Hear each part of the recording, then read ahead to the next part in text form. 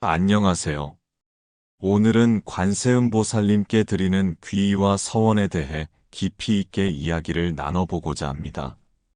우리가 살아가면서 마주하는 수많은 고통과 번뇌, 그리고 그 속에서 찾아가는 평화와 자비의 길에 대해 함께 생각해보는 시간을 가져보겠습니다.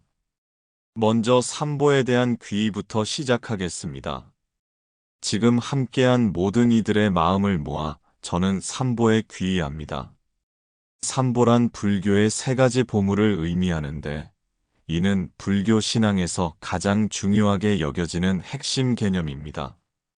삼보에는 부처님, 법, 그리고 승가가 포함되어 있습니다.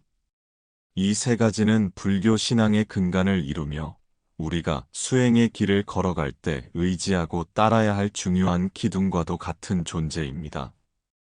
부처님, 그 위대한 깨달음의 등불에 귀의합니다. 부처님은 완전한 깨달음을 얻으신 분으로 인류에게 진리를 전달하는 위대한 스승이십니다.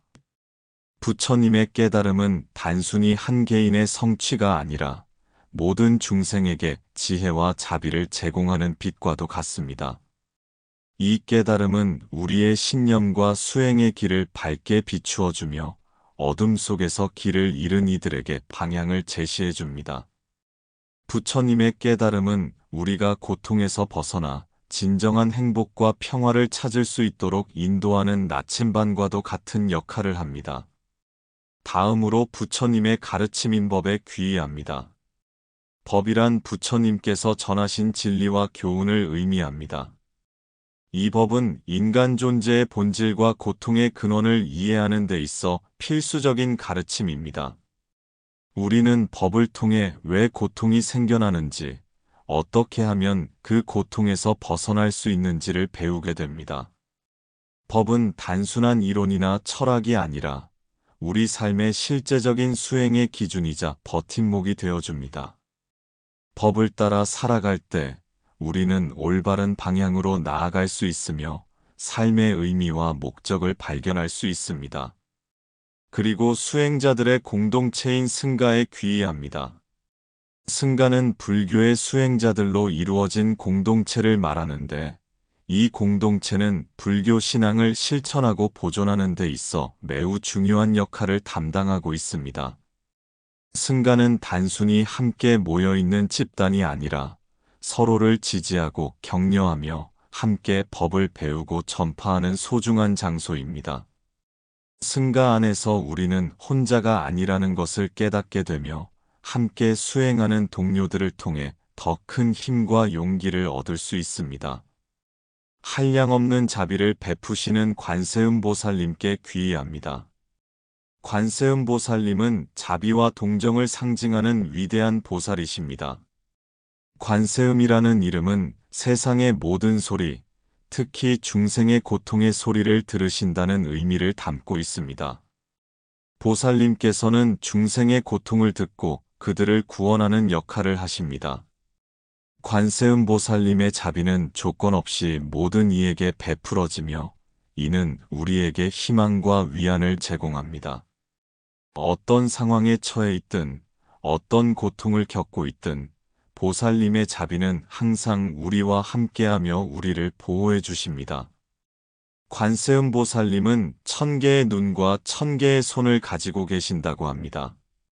1000개의 눈은 세상의 모든 것을 바라보는 능력을 상징합니다. 이는 세계의 모든 고통과 상황을 빠짐없이 인지하시는 보살님의 광대한 자각을 의미합니다. 어디에 있든 무엇을 하고 있든 보살님의 눈은 우리를 지켜보고 계십니다. 1000개의 손은 중생을 돕고 구제하는 행위를 나타냅니다. 이는 한 사람의 고통을 나의 고통으로 여기는 자비로운 행동을 상징하며 보살님께서 수많은 중생을 동시에 구제하실 수 있는 능력을 보여줍니다. 관세음 보살님의 자비는 바다보다 깊습니다. 바다의 깊이는 측량하기 어려울 만큼 광대한데 보살님의 자비는 그보다도 더 깊습니다. 이 깊은 자비는 중생의 아픔을 완전히 이해하고 수용하는 마음을 의미합니다. 어떤 고통이든 얼마나 오래되고 깊은 상처든 보살님의 자비는 그 모든 것을 감싸 안으실 수 있습니다. 그리고 보살님의 지혜는 하늘보다 넓습니다. 하늘은 끝이 없이 넓게 펼쳐져 있는데 보살님의 지혜는 그보다도 더 광활합니다. 이 넓은 지혜는 모든 상황과 해결책을 아우르는 통찰력을 의미하며 어떤 문제든 해결할 수 있는 방법을 알고 계심을 나타냅니다. 관세음보살님의 원력은 금강석처럼 굳습니다. 금강석은 세상에서 가장 단단한 물질 중 하나인데 보살님의 원력은 그만큼 확고하고 강인합니다. 이는 중생을 도우려는 확고한 결심과 힘을 나타내며 어떤 장애물이나 어려움이 있더라도 결코 포기하지 않으시는 보살님의 의지를 보여줍니다. 이 원력을 통해 고통받는 중생을 건져내고 그들을 위하는 것이 보살님의 중요한 역할입니다. 보살님께서는 중생의 고통을 자신의 아픔처럼 느끼십니다. 이는 단순히 동정하거나 불쌍히 여기는 것을 넘어서 진정으로 그 고통을 함께 나누고 경험하시는 것을 의미합니다. 괴로움 속에서 허덕이는 이들을 어떻게 구제할 것인지에 대해 보살님께서는 항상 현실적이고 실질적인 접근을 하십니다. 이 모든 행위에서 연유하는 공덕은 헤아릴 수 없을 만큼 크며 중생에게 긍정적인 영향을 미칩니다. 중생에게 베푸는 이 무한한 공덕은 궁극적으로 자신과 타자의 영혼을 구제하는 길임을 보여줍니다. 이제 저 자신을 돌아보며 깊은 성찰의 시간을 가져보겠습니다. 저는 탐욕과 성냄, 그리고 어리석음으로 인해 진정한 행복과 평화를 놓치고 살아왔습니다. 이는 매우 중요한 고백이자 깨달음입니다. 탐욕은 자아 중심의 과도한 욕망을 의미합니다. 우리는 살아가면서 끊임없이 무언가를 원하고 더 많은 것을 갖고자 합니다. 이러한 탐욕은 결코 채워지지 않는 공허함을 만들어내며 우리를 진정한 만족에서 멀어지게 합니다. 성냄은 고통이나 불만족에서 비롯된 부정적인 정서입니다. 우리가 원하는 대로 일이 풀리지 않을 때, 우리의 기대가 충족되지 않을 때, 우리는 화를 내고 분노하게 됩니다. 이러한 성냄은 우리의 마음을 어지럽히고 판단력을 흐리게 하며 우리 자신과 타인 모두에게 상처를 줍니다. 어리석음은 지혜가 결여된 상태를 말합니다. 이는 잘못된 판단이나 행동을 하게 만들며 우리가 사물의 진정한 본질을 보지 못하게 가리는 장막과도 같습니다. 이러한 탐욕, 성냄, 어리석음은 우리 삶에 깊은 영향을 미칩니다. 이 감정들은 우리가 자신의 내면을 직면하는 것을 방해하고 타인의 고통을 외면하게 만듭니다. 우리는 자신의 욕망과 분노, 무지에 사로잡혀 다른 사람들이 겪고 있는 고통을 보지 못하게 됩니다. 이는 결국 타인과의 관계를 악화시키고 우리를 더욱 고립되게 만듭니다. 우리는 영원하지 않은 것에 집착함으로써 헛된 고통을 자초하게 됩니다. 이 세상의 모든 것은 무상합니다. 변하지 않는 것은 없으며 영원한 것도 없습니다. 그러나 우리는 마치 모든 것이 영원할 것처럼 집착하고 잡으려 하고 소유하려 합니다. 이러한 집착은 삶의 질을 저하시키고 개인의 행복을 방해하는 가장 큰 요인이 됩니다. 우리가 무언가를 잃을까 두려워하고 변화를 받아들이지 못할 때 우리는 끊임없는 불안과 고통 속에서 살아가게 됩니다. 이제 제가 가진 부족함을 단순히 잊는 것을 넘어서는 과정이 필요합니다. 우리는 종종 우리의 결점이나 약점을 외면하려 하고 그것들을 감추려 합니다. 하지만 진정한 변화는 우리의 부족함을 있는 그대로 마주할 때 시작됩니다. 그 모습을 그대로 바라보며 우리는 진정한 자비의 필요성을 느끼게 됩니다. 자비는 단순히 타인에게만 베푸는 것이 아니라 먼저 우리 자신에게 베풀어야 하는 것입니다. 우리가 우리 자신의 부족함을 자비롭게 바라볼 수 있을 때, 비로소 타인의 부족함도 이해하고 받아들일 수 있게 됩니다. 간절히 자비의 손길을 청합니다. 이는 개인의 변화와 성장에 있어 매우 중요한 단계입니다. 우리는 혼자서 모든 것을 해결할 수 없습니다. 우리에게는 도움이 필요하며 자비로운 힘이 필요합니다. 이러한 자비의 손길을 통해 우리는 타인의 고통을 이해하고 함께 나아가는 길을 찾을 수 있습니다. 자비는 우리를 연결시켜주는 다리와도 같습니다. 그것은 우리와 타인 사이의 간격을 좁혀주고 우리 모두가 하나의 큰 공동체의 일부임을 깨닫게 해줍니다. 저와 제 가족이 건강하고 평안하기를 바랍니다.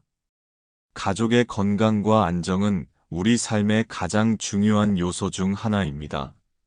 건강이 유지되어야만 우리는 긍정적인 생활을 영위할 수 있습니다. 몸이 아프면 마음도 괴롭고 정신이 불안하면 몸도 병들게 됩니다.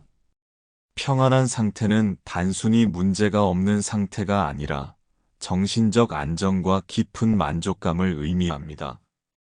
예를 들어 자녀가 건강하고 교육이 안정적일 때 가정의 행복 지수는 자연스럽게 높아집니다. 부모는 자녀를 걱정하지 않아도 되고 자녀는 안정된 환경에서 성장할 수 있습니다. 가정이 화목하고 평화롭기를 서원합니다. 화목함과 평화로움은 가정의 기초가 되는 가치입니다.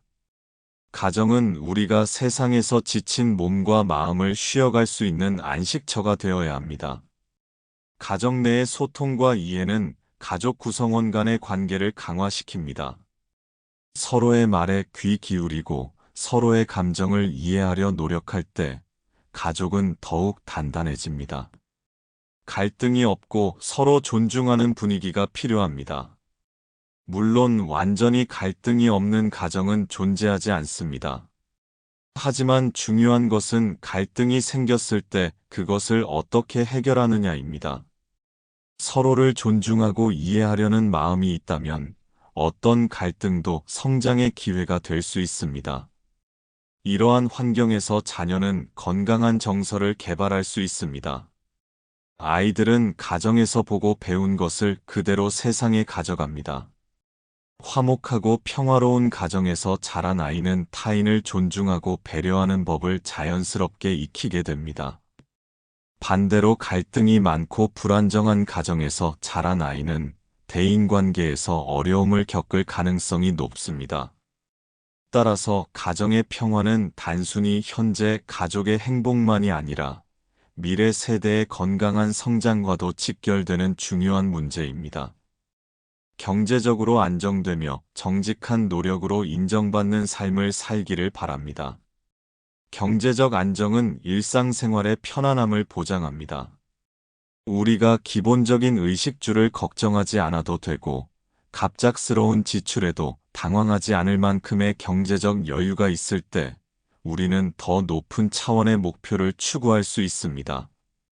정직한 노력으로 얻은 인정은 단순한 물질적 보상 이상의 의미를 갖습니다. 그것은 우리의 성실함과 노력을 사회가 인정한다는 것을 의미하며 이는 우리에게 큰 자부심과 만족감을 줍니다. 정직한 노력을 통해 우리는 자신과 가족에게 긍정적인 평가를 받을 수 있습니다. 부정한 방법으로 얻은 부는 결코 오래가지 못하며 우리의 마음에 평화를 가져다 주지 못합니다. 하지만 정직하게 일하고 성실하게 노력한 결과로 얻은 것은 우리에게 진정한 만족과 자랑스러움을 줍니다. 이를 통해 우리는 성실함과 노력의 중요성을 가족과 사회에 알릴 수 있습니다. 특히 자녀들에게 정직하게 일하는 부모의 모습은 그 어떤 말보다 강력한 교육이 됩니다. 예를 들어 자신의 직업에서 책임감 있게 일하고 신뢰를 쌓으면 우리는 자연스럽게 사회적 지위를 높일 수 있고 더 많은 기회를 얻을 수 있습니다. 지혜와 깨달음을 통한 변화에 대해 이야기해 보겠습니다. 지혜와 깨달음은 명확한 진리를 인식하고 올바른 판단을 할 수 있는 능력입니다. 이는 단순히 많은 지식을 가지고 있다는 것과는 다릅니다. 지혜는 지식을 넘어서 깊은 이해와 통찰을 포함합니다. 그것은 사물의 표면만을 보는 것이 아니라 그 본질을 꿰뚫어 보는 능력입니다. 지혜와 깨달음은 깊은 이해와 통찰을 통해 우리를 변화시킬 수 있는 힘을 가지고 있습니다. 지혜를 통해 우리는 각각의 존재와 현상을 진정으로 이해할 수 있게 됩니다. 우리는 더 이상 표면적인 것에 속지 않고 사물의 진정한 의미를 파악할 수 있습니다. 이러한 지혜와 깨달음은 개인의 삶뿐만 아니라 공동체와 사회 전반에 긍정적인 영향을 미칩니다. 한 사람의 지혜로운 행동은 주변 사람들에게 영향을 주고 그것이 확산되어 사회 전체를 변화시킬 수 있습니다. 지혜와 깨달음은 평화롭고 조화로운 삶을 영위하는 데 필수적입니다. 그것 없이는 우리는 끊임없이 혼란과 갈등 속에서 방황하게 됩니다. 진리를 보는 맑은 눈을 가지기를 소망합니다. 진리를 정확하게 인식할 수 있는 능력은 저절로 생기는 것이 아닙니다. 그것은 헌신과 노력을 필요로 합니다. 우리는 끊임없이 우리의 편견과 선입견을 점검하고 우리가 보고 싶은 것이 아니라 있는 그대로를 보려고 노력해야 합니다. 진리를 보는 맑은 눈은 다른 사람이나 상황을 판단하는 데 있어 공정함을 유지할 수 있도록 도와줍니다.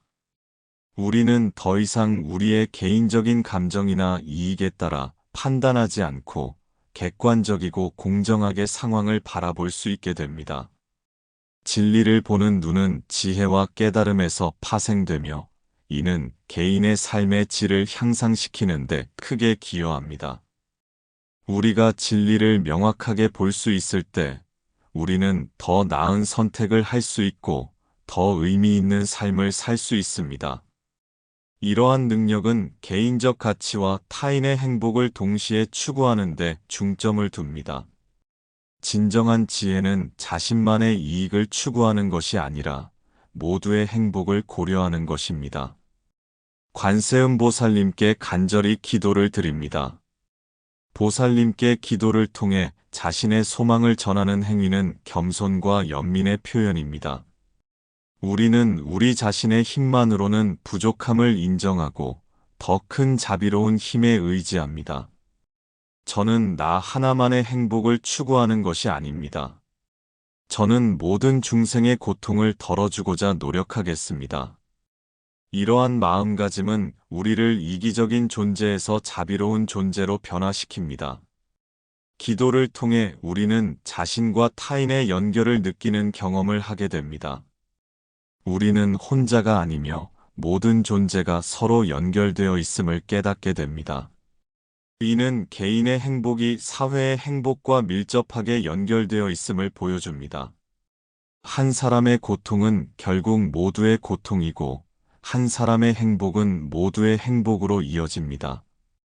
이러한 깨달음은 나눔의 중요성과 공동체의 연대감을 강조합니다. 모든 중생이 함께 고통을 벗어나 평화롭고 조화로운 세상에 이르기를 간절히 소망합니다. 이는 단순한 희망사항이 아니라 우리가 적극적으로 노력하고 실천해야 할 목표입니다. 고통을 이해하고 이를 극복하기 위한 노력의 중요성은 아무리 강조해도 지나치지 않습니다. 우리는 먼저 고통의 원인을 이해해야 합니다. 그리고 그 원인을 제거하기 위해 노력해야 합니다. 조화로운 세상은 우리 모두가 함께 나누고 지켜가는 것입니다. 그것은 누군가가 만들어주는 것이 아니라 우리 각자가 매일의 삶 속에서 작은 실천을 통해 만들어가는 것입니다. 개인적 차원을 넘어 집단적 고통 해소를 위한 연대의 필요성을 강조합니다. 우리는 혼자서는 큰 변화를 만들어낼 수 없습니다. 하지만 함께 힘을 모으면 불가능해 보이는 일도 가능하게 만들 수 있습니다. 모든 중생이 조화롭게 살아가기 위해서는 서로의 고통을 인식하고 소통해야 합니다. 관계와 화합의 중요성에 대해 이야기하겠습니다. 사람 간의 관계는 종종 어려움과 마찰을 동반합니다. 우리는 모두 다른 배경과 경험을 가지고 있으며 다른 생각과 가치관을 가지고 있습니다. 이러한 차이는 때로 오해와 갈등을 불러일으킵니다. 이러한 어려움은 이해 부족이나 소통 장애에서 비롯되곤 합니다. 우리가 서로를 충분히 이해하지 못하거나 효과적으로 소통하지 못할 때 작은 문제도 큰 갈등으로 발전할 수 있습니다. 그러나 어려움 속에서 피어나는 화해와 용서는 매우 중요한 가치입니다. 갈등이 없는 관계는 존재하지 않습니다. 중요한 것은 갈등이 생겼을 때 그것을 어떻게 해결하느냐입니다. 화해와 용서는 관계를 더욱 깊게 해주며 서로를 진정으로 이해하는 데 도움을 줍니다. 때로는 갈등을 겪고 그것을 함께 극복하는 과정에서 관계가 더욱 돈독해지기도 합니다. 저는 상대방의 입장을 먼저 헤아릴 것을 다짐합니다. 이는 관계에서의 이해와 배려를 증진시키기 위한 기본적 태도입니다. 우리는 종종 우리의 관점에서만 상황을 바라보고 상대방의 입장은 고려하지 않습니다. 하지만 진정한 소통과 이해는 상대방의 입장에서 생각해 보는 것에서 시작됩니다. 상대방이 왜 그러한 행동을 했는지, 왜 그렇게 말했는지를 이해하려고 노력할 때 우리는 비로소 진정한 공감에 이를 수 있습니다. 무심코 던지는 한마디의 말이 누군가의 마음에 깊은 상처를 줄 수 있음을 인식합니다. 말은 때로 칼보다 더 날카로울 수 있습니다. 우리가 아무 생각 없이 던진 한마디가 상대방에게는 평생 잊을 수 없는 상처가 될 수 있습니다. 특히 가까운 사람일수록 우리의 말은 더 큰 영향을 미칩니다. 가족이나 친한 친구의 말은 다른 사람의 말보다 우리 마음에 더 깊이 새겨지기 때문입니다. 따라서 우리는 말을 신중하게 선택해야 합니다. 말하기 전에 한 번 더 생각하고 이 말이 상대방에게 어떤 영향을 미칠지 고려해야 합니다. 깊은 상처를 주지 않도록 항상 살피며 행동해야 함을 강조합니다. 이는 단순히 말뿐만 아니라 우리의 모든 행동에 적용됩니다. 우리의 표정, 태도, 행동 하나하나가 다른 사람에게 영향을 미칩니다. 우리가 의도하지 않았다고 해도 우리의 행동이 누군가에게 상처를 줄 수 있습니다. 따라서 우리는 항상 주의 깊게 행동해야 하며 우리의 행동이 다른 사람에게 어떤 의미로 받아들여질지 생각해야 합니다. 이는 나의 개인적 성장뿐만 아니라 지향하는 관계의 화합과 조화를 이루어가는 과정이기도 합니다. 우리가 상대방을 배려하고 존중할 때 우리 자신도 성장합니다. 우리는 더 성숙한 사람이 되고 더 깊은 관계를 맺을 수 있게 됩니다. 관계의 화합과 조화는 저절로 이루어지는 것이 아니라 우리 모두의 지속적인 노력을 통해 만들어집니다. 매일 작은 배려와 존중을 실천할 때 우리는 조화로운 관계를 만들어갈 수 있습니다. 내면의 평화와 자유에 대해 이야기하겠습니다. 저는 오늘 이 자리에서 내면의 평화를 얻고 번뇌와 혼란에서 벗어나고자 하는 의도를 분명히 밝힙니다. 내면의 평화란 마음의 안정과 조화를 이루는 상태를 의미합니다. 이는 외부의 상황이나 환경과는 관계없이 우리 마음속에서 찾을 수 있는 고요함과 평온함입니다. 이 상태는 개인이 자신의 감정과 생각을 조절하고 외부 환경의 영향에서 벗어나는 것을 포함합니다. 내면의 평화는 단순히 문제가 없는 상태를 의미하지 않습니다. 살다 보면 문제는 끊임없이 생깁니다. 중요한 것은 그 문제들에 어떻게 대응하느냐입니다. 내면의 평화를 가진 사람은 문제가 생겼을 때 당황하거나 흔들리지 않습니다. 그들은 침착하게 상황을 바라보고 지혜롭게 대응합니다. 내면의 평화는 정신적 건강에 긍정적인 영향을 미칩니다. 예를 들어 스트레스를 줄이고 전반적인 웰빙을 향상시킵니다. 평화로운 마음 상태는 우리의 신체 건강에도 좋은 영향을 미치며 더 나은 인간관계를 맺는 데도 도움이 됩니다. 저는 과거의 상처를 부여잡지 않겠다고 선언합니다. 이는 매우 중요하고도 용기 있는 결단입니다. 우리는 모두 과거의 상처를 받은 경험이 있습니다. 누군가에게 배신당했거나 실패를 경험했거나 사랑하는 사람을 잃었을 수도 있습니다. 이러한 상처들은 우리 마음속에 깊이 새겨져 있고 때로는 현재의 우리를 지배합니다. 하지만 과거의 상처를 계속 붙잡고 있는 것은 우리 자신을 더욱 고통스럽게 만들 뿐입니다. 이를 통해 저는 새로운 시작을 다짐하며 감정적으로 더 이상의 짐을 지지 않겠다는 의지를 나타냅니다. 이러한 결단은 자기 회복과 성장을 위한 중요한 단계로 여겨집니다. 과거를 놓아주는 것은 쉬운 일이 아닙니다. 그것은 용기와 결단, 그리고 지속적인 노력을 필요로 합니다. 하지만 이 과정을 거칠 때 우리는 진정으로 자유로워질 수 있습니다. 상처를 내려놓는 과정은 마치 오래된 낡은 짐을 내려놓는 것과 유사합니다. 우리가 오랫동안 무거운 짐을 지고 다녔다면 그것을 내려놓았을 때의 해방감과 가벼움은 말로 표현할 수 없을 것입니다. 이는 저 자신이 후회와 미련 같은 부정적인 감정을 정리하고 더 가벼운 마음으로 앞으로 나아가겠다는 의미를 내포합니다. 후회는 우리를 과거에 묶어두고 미련은 우리가 앞으로 나아가는 것을 방해합니다.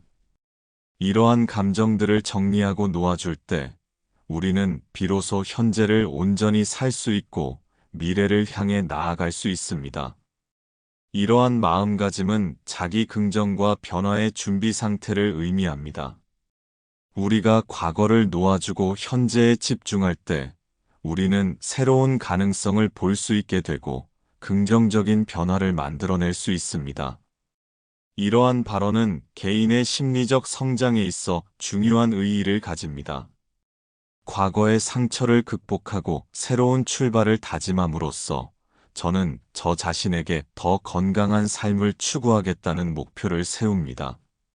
건강한 삶이란 단순히 질병이 없는 상태가 아니라 신체적, 정신적, 영적으로 균형 잡힌 상태를 의미합니다. 이는 많은 사람들이 경험할 수 있는 감정적인 여정을 이끌고 그 과정을 통해 내면의 평화에 도달할 수 있습니다. 우리 모두는 이러한 여정을 걷고 있습니다. 어떤 사람은 이제 막 시작했을 수도 있고, 어떤 사람은 이미 많은 길을 걸어왔을 수도 있습니다. 하지만 중요한 것은 우리가 계속해서 전진하고 있다는 것입니다. 때로는 뒤로 물러서는 것처럼 느껴질 때도 있을 것입니다. 하지만 그것조차도 우리의 성장 과정의 일부입니다. 우리는 실수를 통해 배우고 좌절을 통해 강해집니다. 관세음보살님의 가피와 서원에 대해 말씀드리겠습니다. 저는 모든 소원이 이루어지기를 기원합니다.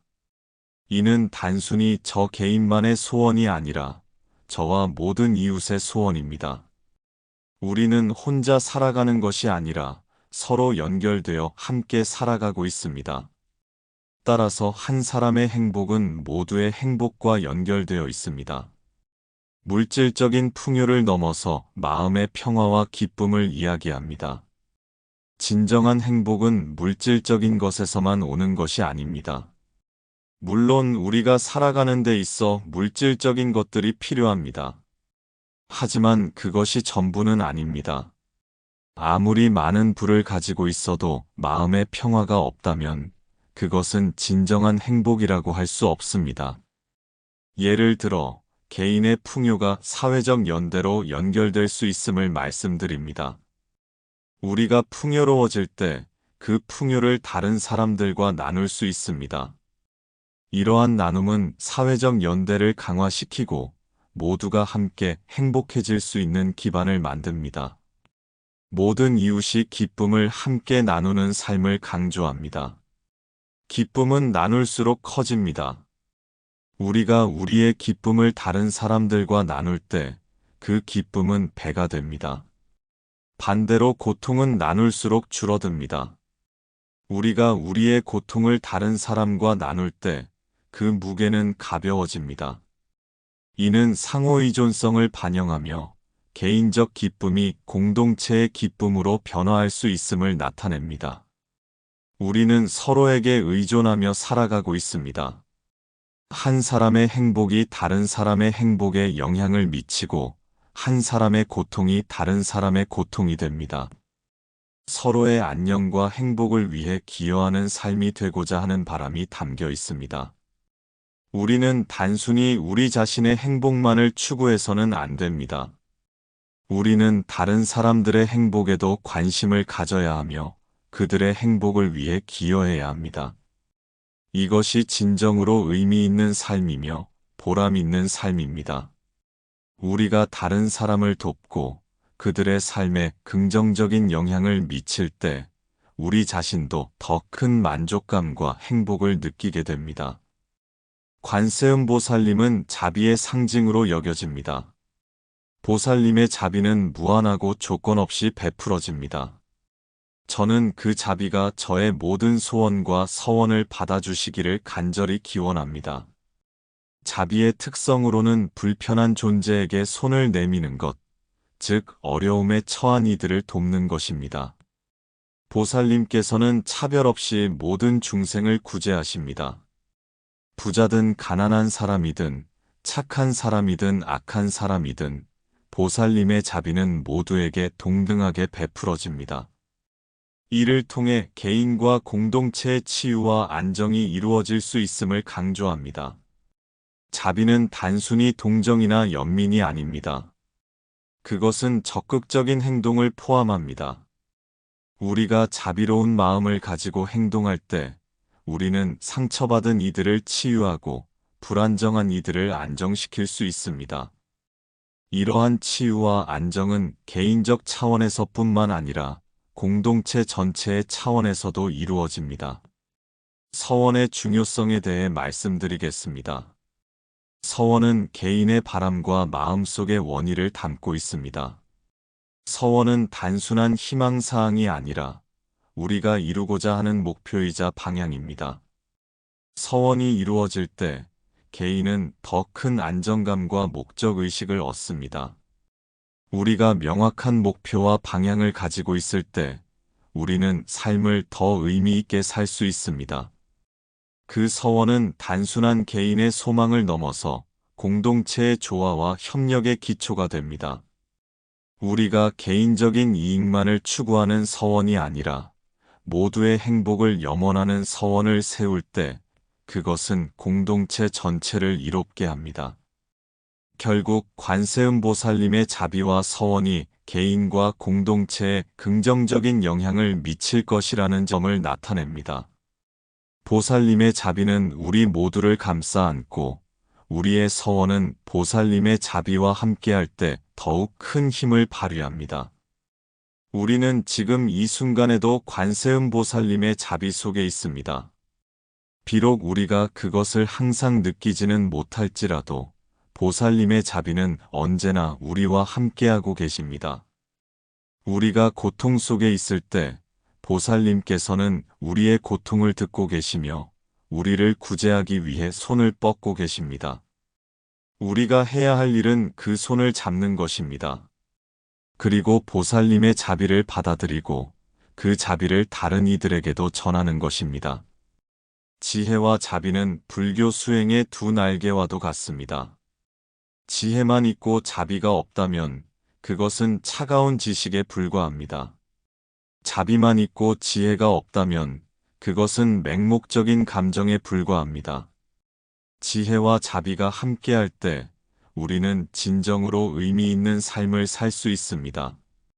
지혜로 사물의 본질을 꿰뚫어 보고 자비로 모든 중생을 사랑하고 보살필 수 있습니다. 우리가 이 세상을 살아가면서 마주하는 수많은 도전과 어려움들은 때로 우리를 좌절시키고 낙담하게 만듭니다. 하지만 우리는 결코 혼자가 아닙니다. 관세음보살님의 자비는 언제나 우리와 함께 하시며 우리를 보호하고 인도하십니다. 우리가 진심으로 도움을 청할 때 보살님께서는 반드시 응답하십니다. 그 응답은 때로 우리가 기대한 방식이 아닐 수도 있습니다. 하지만 보살님께서는 언제나 우리에게 가장 필요한 것을 주십니다. 우리의 삶은 끊임없는 배움의 과정입니다. 우리는 매일 새로운 것을 경험하고 새로운 것을 배웁니다. 때로는 즐거운 경험을 통해, 때로는 고통스러운 경험을 통해 배웁니다.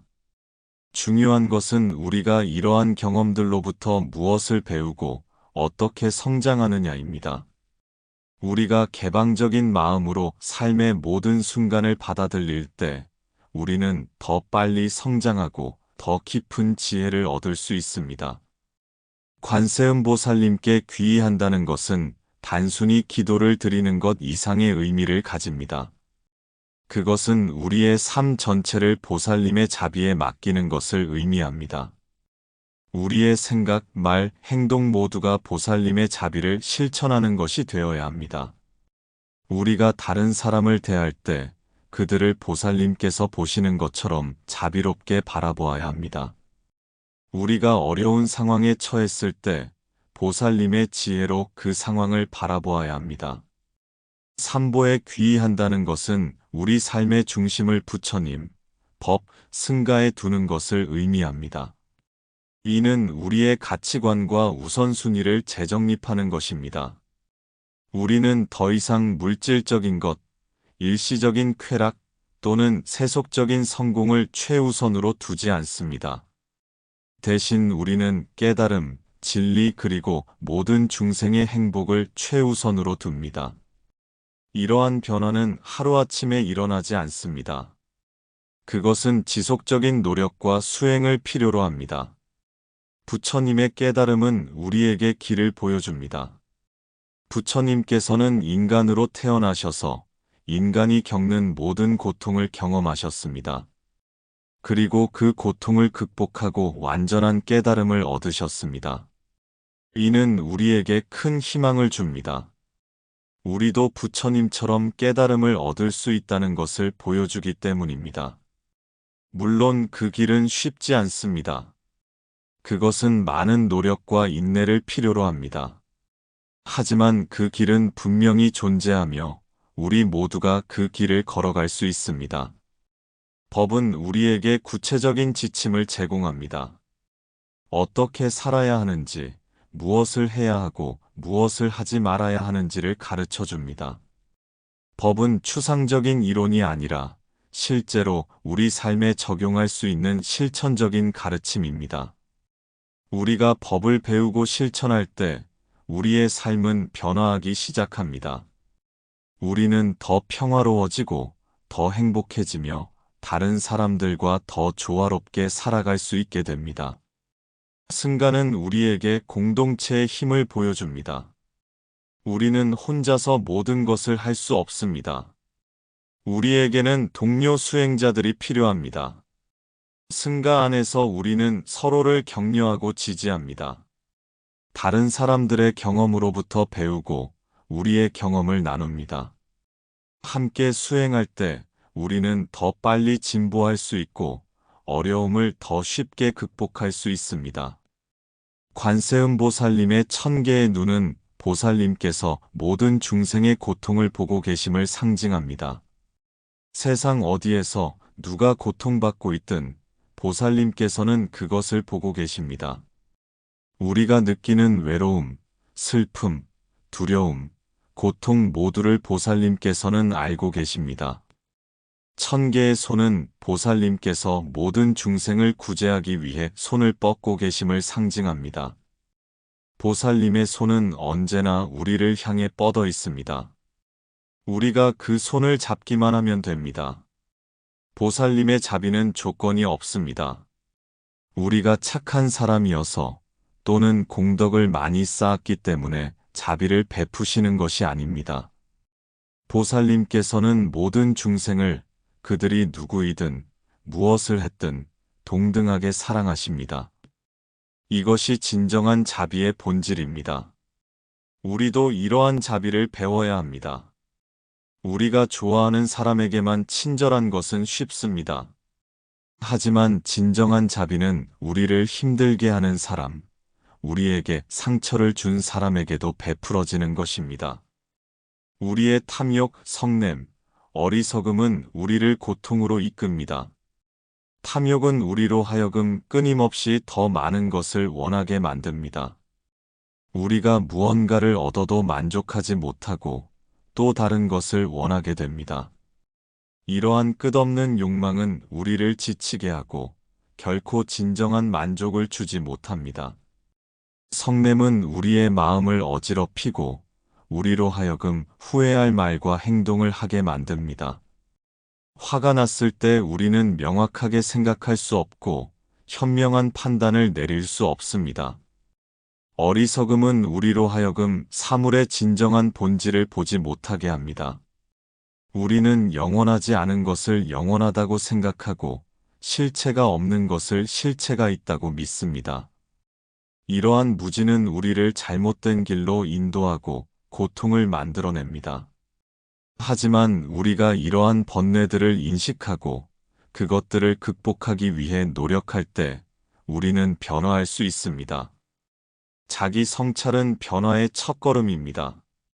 우리가 우리 자신을 정직하게 바라보고 우리의 부족함을 인정할 때 비로소 성장이 시작됩니다. 이는 쉬운 일이 아닙니다. 우리의 결점과 약점을 마주하는 것은 고통스러울 수 있습니다. 하지만 이 과정을 피해서는 진정한 변화를 이룰 수 없습니다. 우리는 용기를 내어 우리 자신을 있는 그대로 바라보아야 합니다. 가족의 건강과 평안은 우리 삶의 기초입니다. 가족이 건강하고 행복할 때 우리는 안심하고 우리의 일에 집중할 수 있습니다. 가정의 화목은 저절로 이루어지지 않습니다. 그것은 가족 구성원 모두의 노력을 필요로 합니다. 서로를 이해하려는 노력, 서로의 입장을 존중하려는 노력, 그리고 서로를 사랑으로 대하려는 노력이 필요합니다. 경제적 안정은 우리에게 물질적 걱정에서 벗어날 수 있게 해줍니다. 하지만 더 중요한 것은 그 경제적 안정을 어떻게 얻느냐입니다. 정직한 노력으로 얻은 것은 우리에게 자부심을 주고 우리의 삶의 의미를 더해줍니다. 부정한 방법으로 얻은 부는 결코 우리에게 진정한 행복을 가져다 주지 못합니다. 지혜와 깨달음은 우리를 자유롭게 합니다. 우리가 사물의 진정한 본질을 이해할 때 우리는 더 이상 환상에 속지 않습니다. 우리는 무엇이 진정으로 중요한지, 무엇이 일시적인 것인지를 분별할 수 있게 됩니다. 이러한 지혜는 우리로 하여금 더 현명한 선택을 하게 하고 더 의미 있는 삶을 살게 합니다. 진리를 보는 맑은 눈을 갖는다는 것은 편견과 선입견 없이 사물을 있는 그대로 볼 수 있다는 것을 의미합니다.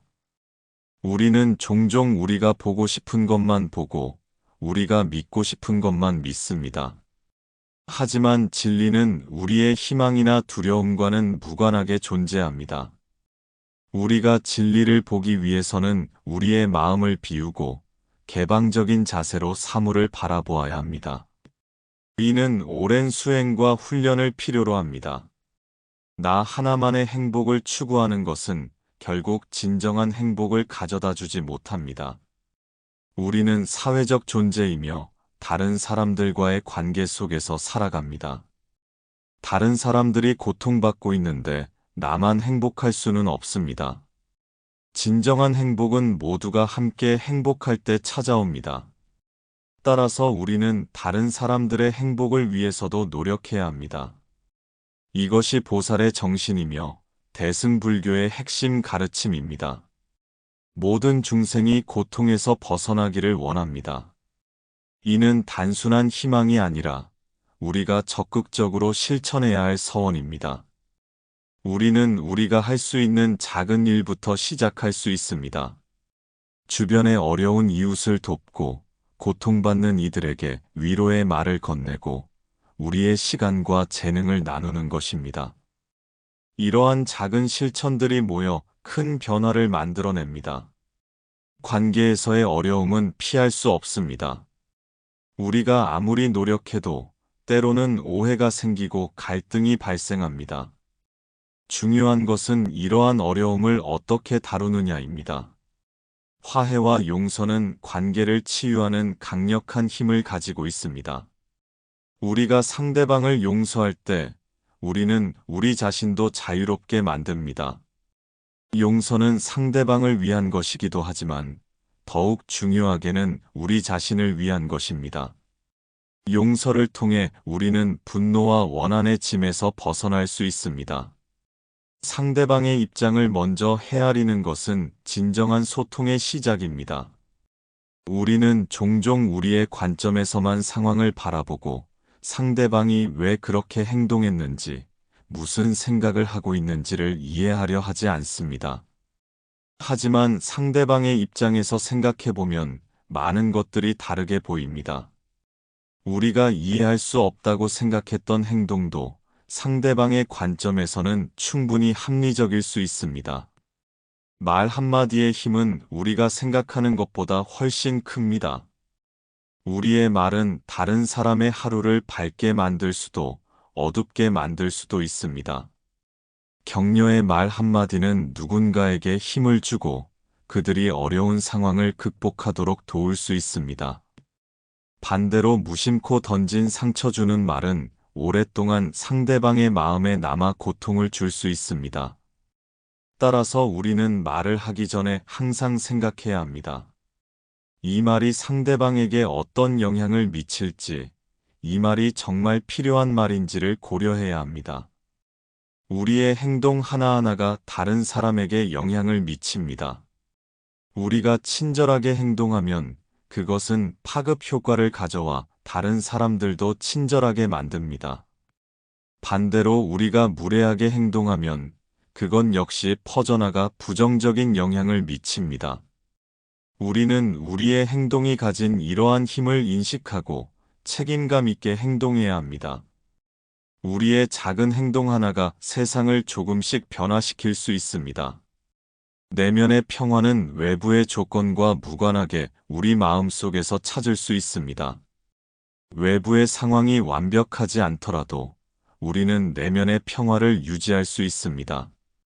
이를 위해서는 지속적인 수행과 마음 다스리기가 필요합니다.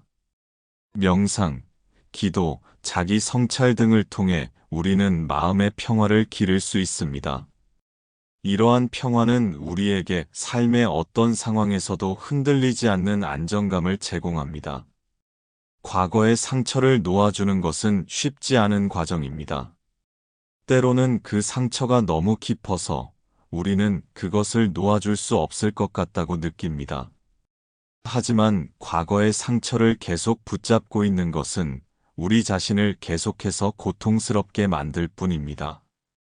그것은 이미 일어난 일이며 우리가 아무리 그것에 매달려 있어도 과거를 바꿀 수는 없습니다. 우리가 할 수 있는 것은 현재를 바꾸는 것입니다. 과거의 상처를 놓아주고 현재를 온전히 살아가는 것입니다. 후회와 미련은 우리를 과거에 묶어둡니다. 우리는 만약 그때 이렇게 했더라면 하고 끊임없이 생각합니다. 하지만 과거는 이미 지나갔고 우리는 그것을 바꿀 수 없습니다. 우리가 할 수 있는 것은 과거로부터 교훈을 얻고 그것을 현재와 미래에 적용하는 것입니다. 후회하는 대신 우리는 그 경험에서 무엇을 배울 수 있는지 생각해야 합니다. 미련을 버리고 앞으로 나아가야 합니다. 새로운 시작은 언제나 가능합니다. 우리가 과거에 어떤 실수를 했든, 어떤 잘못을 저질렀든, 우리는 언제든지 새롭게 시작할 수 있습니다. 불교에서는 모든 것이 무상하다고 가르칩니다. 이는 우리의 과거 역시 변할 수 없는 것이 아니라는 것을 의미합니다. 물론 과거의 사실 자체를 바꿀 수는 없지만 그 과거가 우리에게 미치는 영향은 바꿀 수 있습니다. 우리가 과거를 어떻게 해석하고 받아들이느냐에 따라 그것은 우리를 짓누르는 짐이 될 수도 우리를 성장시키는 디딤돌이 될 수도 있습니다. 모든 소원이 이루어지기를 기원한다는 것은 단순히 우리가 원하는 모든 것을 얻기를 바란다는 의미가 아닙니다. 그것은 우리의 진정한 필요가 충족되고 우리가 진정으로 행복해지기를 바란다는 의미입니다.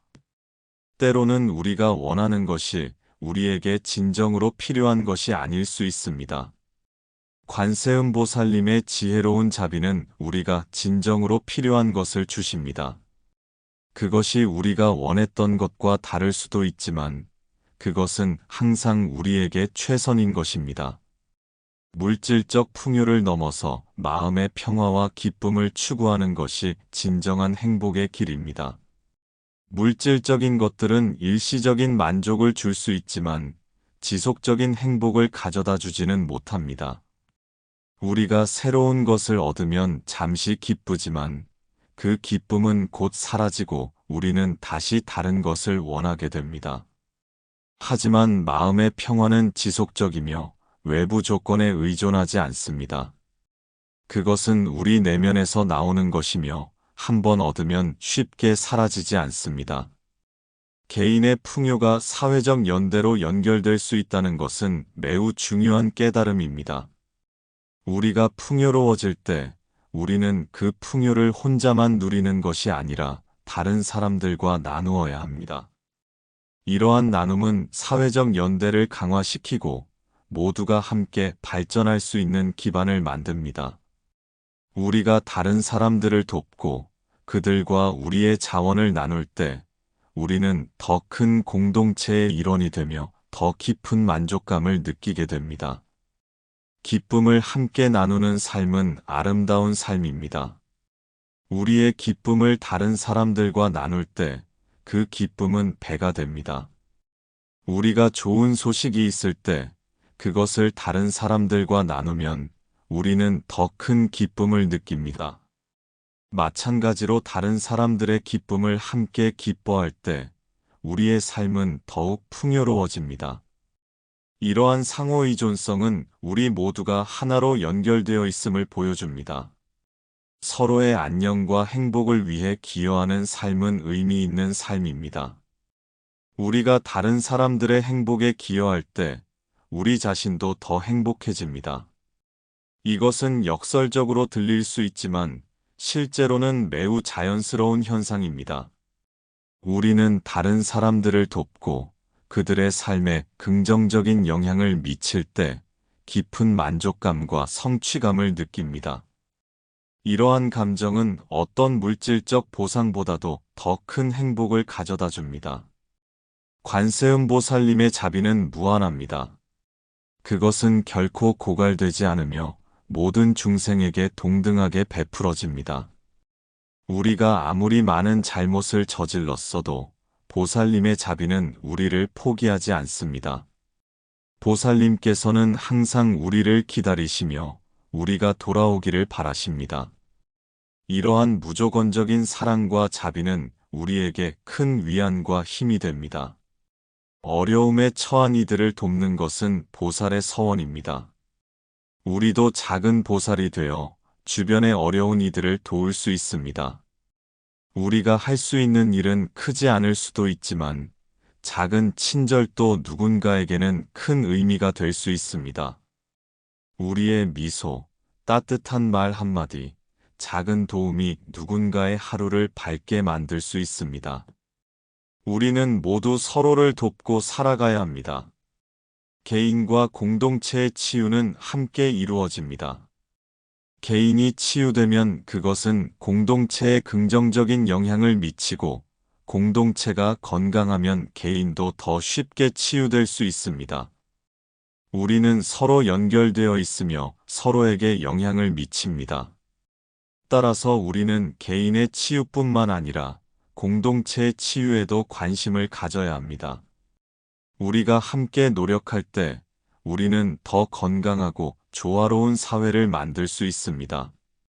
서원을 세운다는 것은 우리의 삶의 방향을 제시하는 것입니다. 서원은 우리가 어디로 가고 있는지, 무엇을 위해 살아가는지를 명확하게 해줍니다. 명확한 서원을 가지고 있을 때 우리는 삶의 어려움 속에서도 길을 잃지 않습니다. 서원은 우리의 나침반과 같아서 우리가 올바른 방향으로 나아가도록 인도합니다. 개인의 소망을 넘어서 공동체의 조화와 협력을 위한 서원은 더 큰 의미를 가집니다. 우리가 개인적인 이익만을 추구하는 것이 아니라 모두의 행복을 염원할 때 우리의 서원은 더 큰 힘을 발휘합니다. 이러한 서원은 우리 자신뿐만 아니라 주변 사람들, 나아가 사회 전체에 긍정적인 영향을 미칩니다. 관세음보살님의 자비와 우리의 서원이 함께할 때 우리는 놀라운 변화를 경험할 수 있습니다. 보살님의 자비는 우리에게 힘을 주고 우리의 서원은 그 힘을 올바른 방향으로 사용하도록 이끕니다. 이 둘이 조화를 이룰 때 우리는 우리가 상상했던 것보다 훨씬 더 많은 것을 이룰 수 있습니다. 우리의 삶은 끊임없는 여정입니다. 때로는 평탄한 길을 걷기도 하고 때로는 험난한 산길을 오르기도 합니다. 하지만 이 모든 과정이 우리를 성장시키고 우리를 더 나은 사람으로 만듭니다. 우리는 이 여정을 혼자 걷는 것이 아닙니다. 관세음보살님의 자비가 항상 우리와 함께 하시며 우리를 보호하고 인도하십니다. 우리가 지금 이 순간 할 수 있는 것은 최선을 다하는 것입니다. 과거는 이미 지나갔고 미래는 아직 오지 않았습니다. 우리가 가진 것은 오직 현재뿐입니다. 이 현재의 순간을 온전히 살아가고 이 순간에 최선을 다할 때 우리는 진정으로 의미 있는 삶을 살 수 있습니다. 자비와 지혜로 가득한 삶을 살아갑시다. 우리가 자비로운 마음으로 세상을 바라보고 지혜로운 판단으로 행동할 때 우리는 우리 자신과 타인 모두에게 이로운 삶을 살 수 있습니다. 이것이 부처님의 가르침이며 관세음보살님의 본보기입니다. 마지막으로 우리 모두가 관세음보살님의 자비 속에서 평화와 행복을 찾기를 진심으로 기원합니다. 우리의 모든 고통이 사라지고 우리의 모든 소원이 이루어지기를 바랍니다.